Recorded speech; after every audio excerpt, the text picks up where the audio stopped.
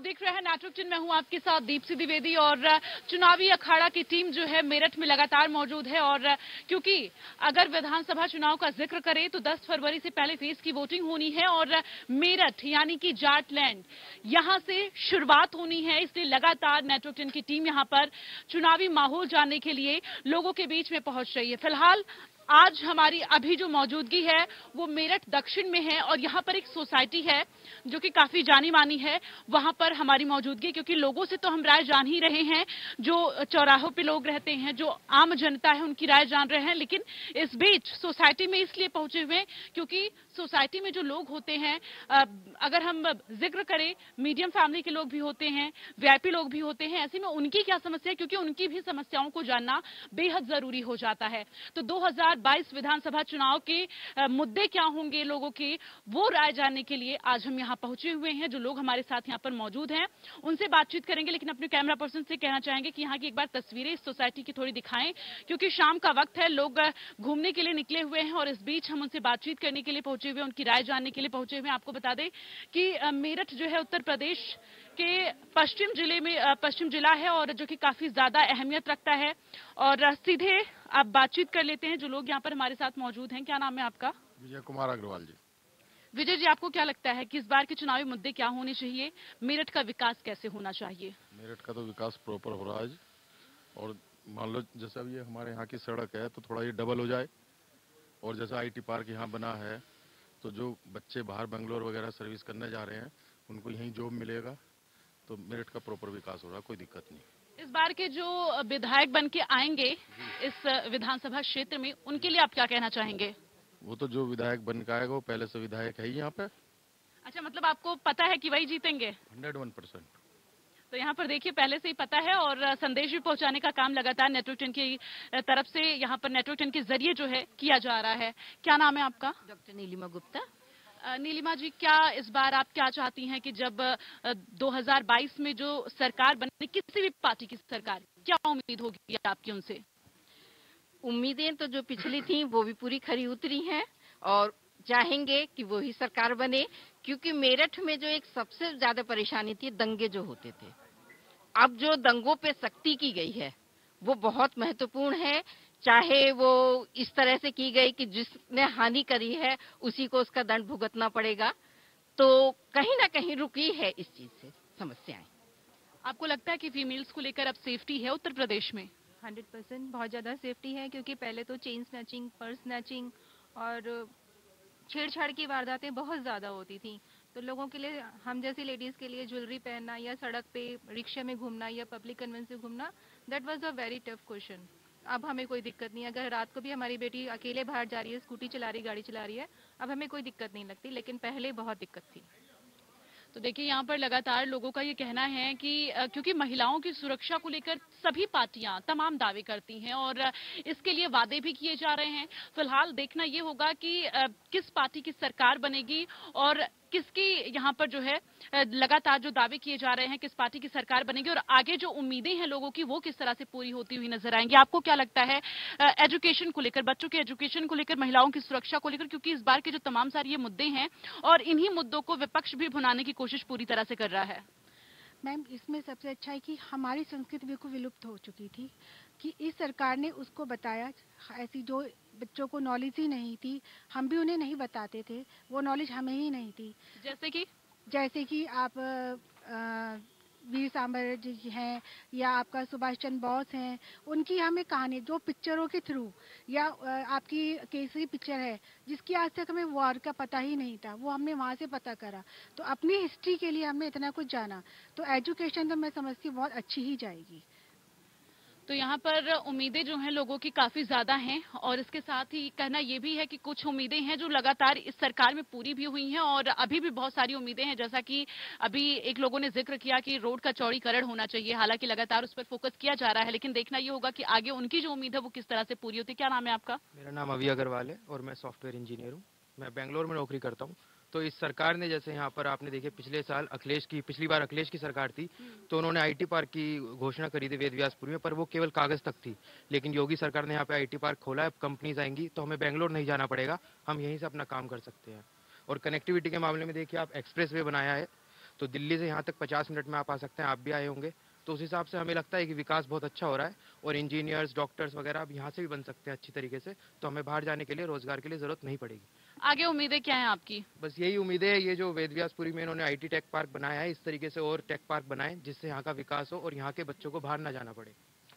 महिलाओं की सुरक्षा को लेकर आप क्या कहना चाहेंगे? क्योंकि देखिए लगातार और भी जो अन्य विपक्षी दल हैं वो भी महिलाओं की सुरक्षा के कई बड़े वादे कर रहे हैं। अगर हम जिक्र करें, कांग्रेस पार्टी भी इसी क्रम में इस बार जो है विधानसभा चुनाव के लिए महिलाओं को 40% महिलाओं को टिकट दिया गया है।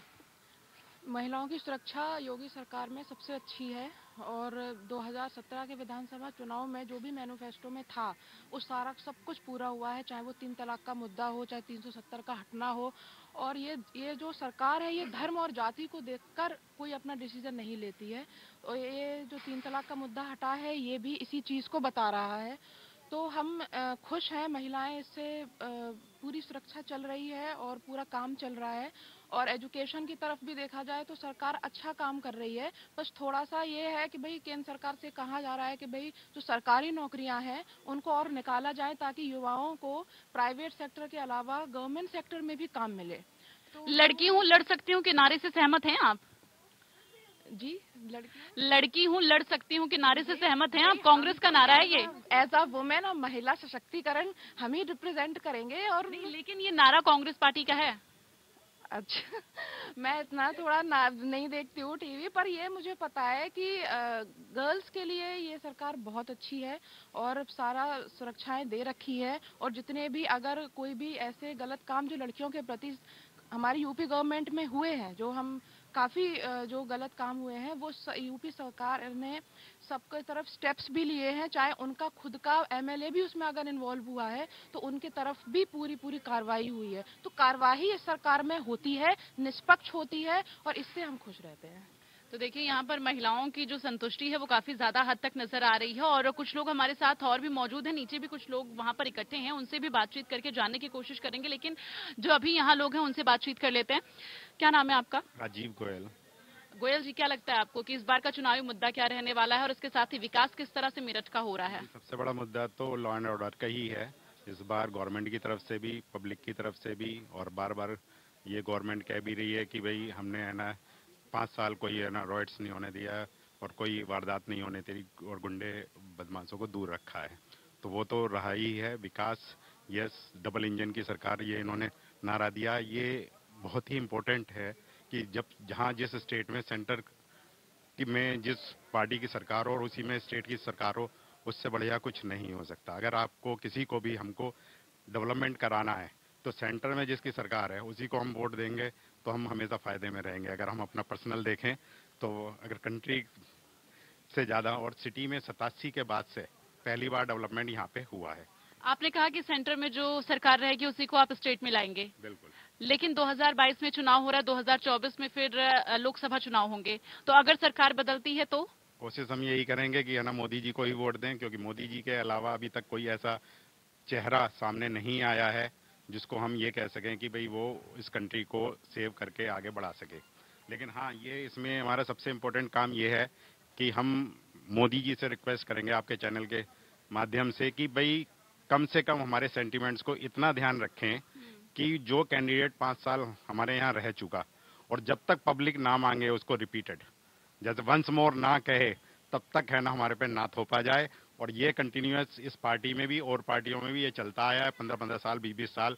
जो कैंडिडेट डिजर्व नहीं करते और हम उसको झेलते रहते हैं। अच्छा, आपने जो बात कही कि अगर जैसे लाइक जो पहले विधायक थे उन्हीं को प्रत्याशी दोबारा से बनाया जाए, अगर वो इस बीच में काम अच्छा नहीं करते लेकिन पार्टी को ये है कि टिकट देना है, उसके लिए आप क्या कहेंगे? हम ये कहेंगे बिल्कुल नहीं, हमारे से ऊपर वो नहीं जा सकती पार्टी। हम है ना सिर्फ इस वजह से वोट देते रहे कि भाई हमारे को कंट्री फर्स्ट, फिर कैंडिडेट सेकंड, थर्ड, लेकिन इसका मतलब ये नहीं है कि हमारे को कैंडिडेट थोपे जाएंगे। हम बिल्कुल भी एग्री नहीं करते। हमारे सेंटिमेंट्स का हमारा ध्यान रखा जाना चाहिए और लोगों की इच्छा के अकॉर्डिंग ही। अगर 5 साल नहीं काम करता तो आप कैंडिडेट बदल लीजिए, ये आपकी ड्यूटी है। हमारी देनी ड्यूटी है। हम घूमने नहीं जाएंगे, यहाँ नहीं जाएंगे, बच्चों को बाहर से बुलाएंगे, खर्चा करेंगे, बेंगलोर से कोई वोट डालना आ रहा है, लेकिन इसका मतलब ये नहीं है कि गवर्नमेंट हमारे सेंटिमेंट्स को जीरो कर दे और 20-20 साल सिंगल कैंडिडेट को हमारे पे थोपे। बिल्कुल, जाहिर तौर पर आप लोगों की जो उम्मीदें हैं, कोशिश हमारी यही है कि हर पार्टी तक पहुंचाई जाए, ताकि जो भी आपकी उम्मीदें और जिस भी पार्टी की सरकार बनती है, विकास सबसे सर्वोपरि होना चाहिए। आप सीनियर हैं, आप इसलिए मैं जानना चाहूंगी मेरठ के पहले के दौर के बारे में, क्योंकि पहले के दौर में क्राइम रेट बहुत ज्यादा हुआ करता था। पहले से और अब में कितना बदलाव आपको नजर आ रहा है? मेरठ का तो मुझे बहुत ज़्यादा अंदाज नहीं है, क्योंकि मेरी ज़िंदगी बनारस में बीती है।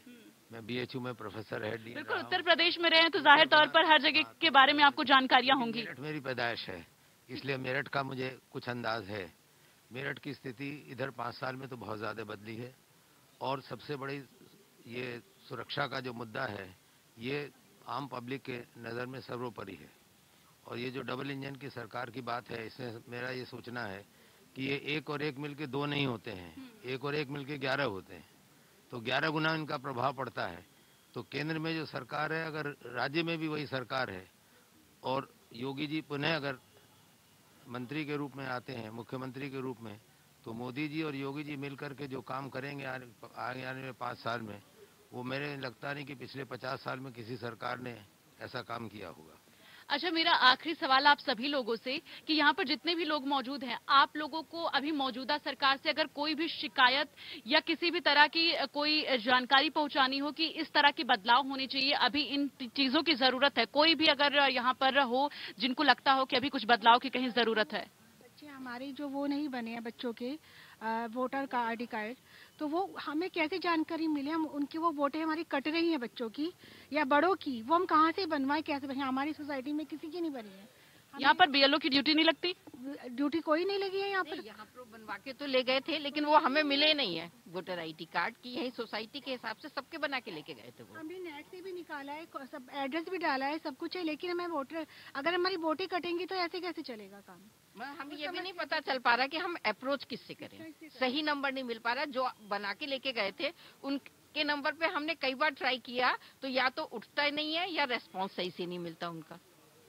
तो जाहिर तौर पर ये मैसेज जरूर मैं चाहूंगी कि जो भी यहाँ पर अभी जिन लोगों की भी ड्यूटी लगी है, वोटर कार्ड जो है उन तक जरूर पहुंचाएं। जहां पर भी उनकी ड्यूटी लगी है, उस अपनी जिम्मेदारी को निभाएं। मेरा एक चीज और है सरकार तक पहुंचाने का, यहाँ पे भी और सेंटर में भी, थोड़ा सा ब्यूरोक्रेसी पे है ना डिपेंडेंसी कम करके, और जो हमारे पॉलिटिकल लीडर हैं जो हम चुन के भेजते हैं, उनका पार्टिसिपेशन हमारी गवर्नमेंट में बढ़ना चाहिए। बिकॉज वो बिल्कुल उनकी एक्टिविटी, उनका involvement in government decisions and all that thing, that is zero. तो वी वांट कि भाई ब्यूरोक्रेसी जो आईएएस लॉबी है उस पे ना हमेशा डिपेंड रह के जो पब्लिक रिप्रेजेंटेटिव है उनकी राय को भी ध्यान में रखा जाए। पुनीत जी, आपको क्या लगता है मेरठ का और किस तरह से विकास होना चाहिए? इस बार का चुनावी मुद्दा आपका क्या होगा? मेरा बेसिकली राष्ट्र और फिर उसके बाद प्रदेश। तो प्रदेश के अंदर जितना भी वर्किंग हुआ है अभी तक, उसके अंदर जो भयमुक्त समाज, और उसी से हमारी ग्रोथ होगी, उसी से हमारी नया चीजें आएंगी। तो ये मेरे को लगता है कि बीजेपी और योगी जी इसमें बहुत अच्छा काम कर रहे हैं, और हमें एक भय मुक्त समाज, तरक्की की तरफ ले जाया जाएगा। मैं समझता हूँ यही हमारा एक एजेंडा है। आप क्या चाहते हैं? इस बार का चुनावी मुद्दा क्या है आपका? और आगे जिस भी पार्टी की अगर सरकार बनती है, किस तरह से मेरठ का विकास हो, उत्तर प्रदेश का विकास हो? जहाँ तक मेरठ के विकास की बात है, इस सरकार ने मेरठ को वो चीज दी है जो आज तक किसी सरकार ने नहीं दी थी। जैसे कि infrastructure, metro, highway, Delhi expressway, हर तरीके से मेरठ को पूरी ऊंचाइयों पर पहुंचाने की कोशिश की जा रही है और इंफ्रास्ट्रक्चर दिया जा रहा है।